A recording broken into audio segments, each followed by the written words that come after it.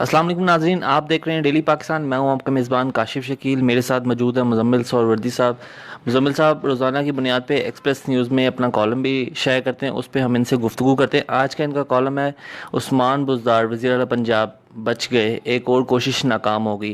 पहले तो मैं इनसे सबसे पहला मेरा सवाल ये है कि उस्मान बुज़दार साहब के पास कौन सी ऐसी गिदर सिंगी है, लोग कोशिश करते हैं कि वो घर वापस चले जाएँ, वो बच जाते हैं। ये क्या वजह है सर? देखिए, बात यह है कि जो लोग उस्मान बुज़दार को हटाना चाहते हैं उनके पास उस्मान बुज़दार को हटाने के बाद अगला प्लान नहीं है। कुछ तो उनमें से ख़ुद वज़ीर आला के उम्मीदवार हैं और वो इतने ज़्यादा हैं कि उनका बाहमी किसी एक नाम पर इत्तेफाक होना मुश्किल है। लिहाजा बात यह है कि अगर जितने भी उम्मीदवार हैं वो सब अपनी अपनी जगह वज़ीर आला हैं, तो इमरान खान को नज़र आता है कि अगर वो उस्मान बुज़दार को आज हटाने की बात करें तो 5-6 पंजाब में से तहरीक इंसाफ के अंदर से ही वज़ीर आला के उम्मीदवार निकल आएंगे और एक पंडोरा बॉक्स खुल जाएगा।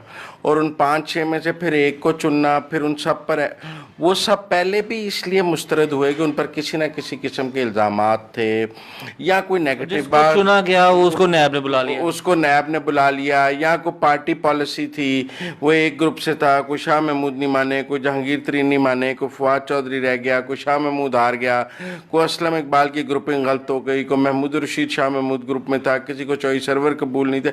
मतलब एक खिचड़ी सी तहरीक इंसाफ के अंदर ग्रुपिंग के हवाले से मौजूद है और वो खिचड़ी एक साल में कोई हल नहीं हुई, बल्कि उस खिचड़ी में मज़ीद ऐसी चीज़ें लवाजमात जमा हो गए हैं कि वो मैदा सा और ऐसी चीज़ बन गई है कि कोई चीज़ उसमें यकजा नहीं है। तो अगर तो आप आज उस्मान बुज़दार को हटा लेते हैं, हटाना तो कोई मसला नहीं, उसको कहेंगे इस्तीफ़ा दे दो, वो सुबह इस्तीफ़ा दे देगा, तो एतमाद लाने की क्या ज़रूरत है। लेकिन उसको हटाने के बाद क्या होगा? सवाल ये नहीं है कि उस्मान बुज़दार को हटाया जाएगा, सवाल ये है कि उस्मान बुज़दार को हटाने के बाद क्या होगा। क्या तहरीक इंसाफ की जमात किसी एक नाम पर मुत्तफ़िक है? क्या अलीम खान किसी और को मौका देने के लिए तैयार हैं? क्या असलम इकबाल अपनी जगह उम्मीदवार नहीं हैं? क्या महमूद रशीद उम्मीदवार नहीं हैं? क्या फवाद चौधरी नहीं आना चाहते? क्या शाह महमूद दोबारा चांस नहीं लेना चाहेंगे? क्या चौई सरवर ने किसके ऊपर हाथ रखा हुआ है? और फिर लोग भूल जाते हैं पंजाब में चौधरी परवेज़ लाई मौजूद है। चौधरी परवेज़ लाई बना बनाया वज़ीर आला है, तजर्बाकार वज़ीर आला है, 5 साल पंजाब में वज़ीर आला रहे हैं, कामयाब वज़ारत आला है। लिहाजा अगर आज उस्मान बुज़दार को हटाने की कोशिश की जाती है तो इस बात के कवी इम्कानात हैं कि इक़्तिदार तहरीक इंसाफ के घर से निकल कर चौधरी बरादरान के घर चला जाएगा। अच्छा सर, ये तो कोशिशें हैं, मुझे ये बताइएगा कि किस बिना पे कोशिश की जा रही है? क्या उस्मान बुज़दार साहब ठीक काम नहीं कर रहे? आया कि अगर उस्मान बुज़दार साहब ठीक काम नहीं कर रहे तो पूरी तहरीक इंसाफ की जो कारकर्दगी है वो कौन सी बहुत बेहतर है, वफाक में देखी जाए, KPK में देखी जाए? इस बारे में क्या कहेंगे आप? देखिए, मैं आपको एक बात बताऊं, सबसे पहला हमला जो है ना वो कमज़ोर पे किया जाता है, ताकतवर पे तो हमला नहीं किया जाता, क्योंकि पसपाई का खौफ होता है। और सियासत में कमज़ोर होना तो सबसे, मेरा मतलब है कि आप अपने ऊपर हमलों की दावत देते हैं और सबका ये ख्याल है कि उस्मान बुज़दार एक कमज़ोर एंटिटी है, लिहाजा इस पर हमला करो तो कामयाबी मिलेगी। लोगों का ख्याल है उस्मान बुज़दार की लॉटरी लग गई है, गलती से लग गई है, हम इसको गिरा लें तो हमारा चांस बन जाएगा। अब लोगों को ये समझ नहीं आ रही कि उस्मान बुज़दार की कमज़ोरी और शराफत ही उसकी ताकत है। नहीं, क्या उस्मान बुज़दार की वजह से डॉलर महंगा हो रहा है? नहीं, ये महंगाई तो अपनी जगह मौजूद हैं कि फेडरल गवर्नमेंट की कारकर्दगी क्या है, KP की कारकर्दगी क्या है, फिनंशियल टीम की कारकर्दगी क्या है, और उस बेचारे का सारा मलबा महंगाई का और जो मरकज़ी हुकूमत के ब्लंडर्स हैं, जो पेशावर BRT के ब्लंडर्स हैं, जो अलीज़ादी के कराची के ब्लंडर्स हैं, जो और सारे ब्लंडर्स हैं, वो सारे उस्मान बुज़दार के गले में डाल के उसको कुर्बानी का बकरा बना दिया जाए। वो तो वैसे भी तनहा नजर आते हैं, तनहा नजर आते हैं। लिहाजा मेरा ही ख्याल है, और जो लोग कहते हैं कि जी वो फर्स्ट टाइमर है, उन्हें तजर्बा नहीं था, भाई तजर्बा तो इमरान खान को भी नहीं था।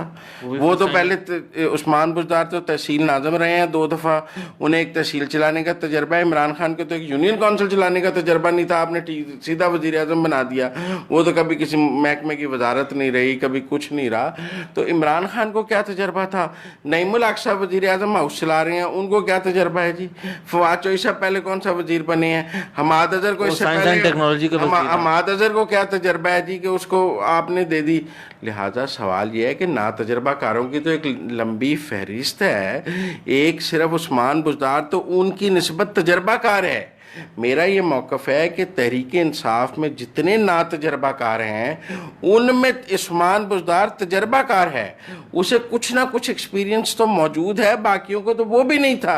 लिहाजा उन ना तजर्बाकारों की कारकर्दगी देख लें और इस तजर्बाकार की कारकर्दगी देख लें तो आपको बेहतरीन नजर आएगी। ये एक अलग बात है कि उस्मान बुज़दार सियासी तौर पर तन्हाई का शिकार हैं, उनके साथ जो टीम है, मसलन जो उनके इर्द गिर्द एडवाइज़र्स हैं, वो उनको डिफेंड नहीं करते हैं। वो जो है वो भी बनी गाला की तरफ देखते हैं, बनी गाला को डिफेंड करते हैं। उस्मान बुज़दार को एक ऐसी पॉलिटिकल टीम की ज़रूरत है जो उस्मान बुज़दार को डिफेंड करे, लेकिन मौजूदा सियासी हालात में ऐसा मुमकिन नहीं। बयान वो देते हैं जो बनी गाला से आते हैं, जो बनी गाला वो देते हैं। मतलब मैं आपको जो पंजाब के तर्जुमान है वो फेडरल सियासत पे बयान दे रहे होते हैं, और दूसरी बात यह है कि वो उस्मान बुज़दार को डिफेंड करने की बजाय इमरान खान को डिफेंड कर रहे होते हैं। अब वो कहेंगे मैं अपने कायद को डिफेंड कर रहा हूँ, ये कर रहा हूँ, वो ठीक है, अगर उन्हें कायद को डिफेंड करना है वो फेडरल गवर्नमेंट का हिस्सा बनना है। उस्मान बुज़दार का तर्जुमान तो वो होना चाहिए जो उस्मान बुज़दार को डिफेंड करे, जो उस्मान बुज़दार की कारकर्दगी सबको बताए। तो मेरा मतलब है कि ऐसा नहीं हो रहा। पंजाब में अभी ऐसा कोई इंफॉर्मेशन मिनिस्टर भी नहीं आया जो उस्मान बुज़दार को डिफेंड करे। तो लिहाजा उस्मान बुज़दार को एक पॉलिटिकल टीम नहीं है, जिसकी वजह से उन्हें इसका नुकसान होता है कि वो अपनी कारकर्दगी। देखो, आदमी अपने मुंह में मिट्ठू नहीं बन सकता। उस्मान बुज़दार खुद नहीं आगे कह सकता मैंने ये काम किया है, मैंने ये काम किया है। ये तो उसकी टीम बताएगी ना उसने क्या काम किया है। अगर उसकी टीम ही ना बताने को तैयार हो उसने क्या काम किया तो कौन बताएगा ये काम। फिर हू का आलम है, हू का आलम है। तो आपका क्या ख्याल है कि अब उस्मान बुज़दार साहब को खुद इस्तीफ़ा देके चले जाना चाहिए इस तन्हाई के आलम में, या सामना करना चाहिए? मेरा ख्याल है उन्हें अपनी परफॉर्मेंस लोगों के सामने लाने के लिए एक टीम बनानी चाहिए। उस टीम के जिम्मे ये टास्क लगाना चाहिए कि जो अपनी परफॉर्मेंस उनकी बाहर लाए, आउट ऑफ बॉक्स अरेंजमेंट करना चाहिए, ताकि जो ठीक है पॉलिटिकल टीम मौजूद नहीं है, कोई टेक्नोक्रेट्स की टीम बनाए और अपनी परफॉर्मेंस को लोगों के सामने लाने के लिए तरीक़ाकार और एक जो हिकमत अमली है उसको वज़ा करने की ज़रूरत है, ताकि लोगों को पता तो लग सके उन्होंने एक साल में किया क्या है। अभी तो उनका एक साल की कारकर्दगी की रिपोर्ट भी सामने नहीं आई, शायद कोई शाया करने के लिए तैयार नहीं है। एक साल पे उनकी कोई कारकर्दगी पर सेमिनार भी नहीं हुआ। मेरे ख्याल में उनको अपनी चीज़ें सामने लाने की ज़रूरत है। देखिए, इमरान खान साहब ने उनको अपना वसीम अकरम कहा है और उनको वज़ीर आला पंजाब भी बनाया है। क्या अब इमरान खान साहब ने उनके सर से हाथ उठा लिए? नहीं जी, इमरान खान की वजह से ही तो वो कायम है। जो उस्मान बुज़दार के ख़िलाफ़ साजिश करते हैं उन्हें ये पता ही नहीं है कि उस्मान बुज़दार जब अपने ख़िलाफ़ होने वाली साजिश का दिफा नहीं करते तो इमरान खान को उसका दिफा करना पड़ता है। और उस्मान बुज़दार को पॉलिटिकली ये बात सूट करती है कि वो ख़ुद किसी से नहीं लड़ते और इमरान खान को बता देते हैं ये साजिश है, इमरान खान खुद ही उसका दिफा करते हैं। और मैं भी उस्मान बुज़दार की जगह हूँ तो अगर इमरान खान मेरा दिफा कर रहे हैं तो मुझे अपना दिफा करने की क्या ज़रूरत है। इमरान खान का काम है, इमरान खान खुद ही हर बार शटअप कॉल दे देते हैं और उस शटअप कॉल के बाद सभी, वैसे तो अब तक जिसने भी वज़ीर आला बनने की कोशिश की है वो नैब ने उसे गिरफ़्तार भी कर लिया है, और इस बार भी ये जो कोशिश हुई है मुझे नहीं लगता जिन्होंने की है वो बच जाएंगे। तो मीडिया तो अभी भी चुप नहीं, मीडिया में तो अभी भी ये खबरें बहुत गर्म है कि उस्मान बुज़दार जा रहे हैं। मीडिया में मिक्स राय है। कुछ इमरान खान का ये कोट भी सामने आ रहा है कि उन्होंने कहा है कि जब तक मैं वज़ीर आज़म हूँ तब तक उस्मान बुज़दार वज़ीर आला रहेंगे। अब मुसीबत यह है कि नईमुल हक का ट्वीट भी है कि उस्मान बुज़दार नहीं जा रहे, लेकिन क्रेडिबिलिटी डेट इतना ज़्यादा हो गया है कि इस सारे के बावजूद लोगों को शक है, क्योंकि इससे पहले जिसको इतना दिफा किया उसको हटाया भी है। लोग असद उमर की मिसालें देते हैं, लोग और मिसालें देते हैं, तो वो कहते हैं नहीं वो कहते तो हैं लेकिन बाद में हटा देते हैं। अब इस बात का भी कोई जवाब नहीं है, क्योंकि आखिर तक कहा जाता रहा असद उमर को नहीं हटाया जाएगा, लेकिन असद उमर को हटा दिया गया, तो इसलिए लोगों को शक तो रहता है। आपका क्या ख्याल है, आपका ज़ाती ख्याल क्या है कि कब तक उस्मान बुज़दार रहेंगे? फिर हम प्रोग्राम का इख्तिताम करते हैं। मुझे तो फौरी तौर पर जाते नज़र नहीं आ रहे। क्या 1 साल और 2 साल या 5 साल पूरे करेंगे अपने? देखिए, फौरी तौर पर जाते तो नज़र नहीं आ रहे। अब पॉलिटिक्स में एक हद से ज़्यादा आगे प्रेडिक्शन नहीं की जा सकती, लेकिन जो करंट मूव थी उनको हटाने की वो नाकाम हो गई है, और ऐसा नहीं लग रहा। वैसे तो वो अब उम्रे पे जा रहे हैं, और अब जो भी होगा वो इस महीने के एंड पे उम्रे से वापस आएंगे, जो भी होगा अगले महीने ही होगा। और अगर वो उम्रे पे जा रहे हैं पाकिस्तान पीछे से अगर कुछ हो जाता है नहीं, उनके खिलाफ क्या हो सकता है? आप क्या पीटीआई अपने ही के खिलाफ अदम एतमाद लाएगी? नहीं, उनके खिलाफ अदम एतमाद नहीं आ सकती, उन्हें रिज़ाइन देने का ही कहा जाएगा ना। मेरा ख्याल है अगर वो उम्रे पे जा रहे हैं तो फिर उनको रिज़ाइन देने का नहीं कहा गया, नहीं तो वो रिज़ाइन दे के जाते, उम्रे पे जाना होता। तो अगर वो जा रहे हैं अब दौरे पे, मेरा ख्याल है सब सुकून है। रावी चैन लिख रहा है।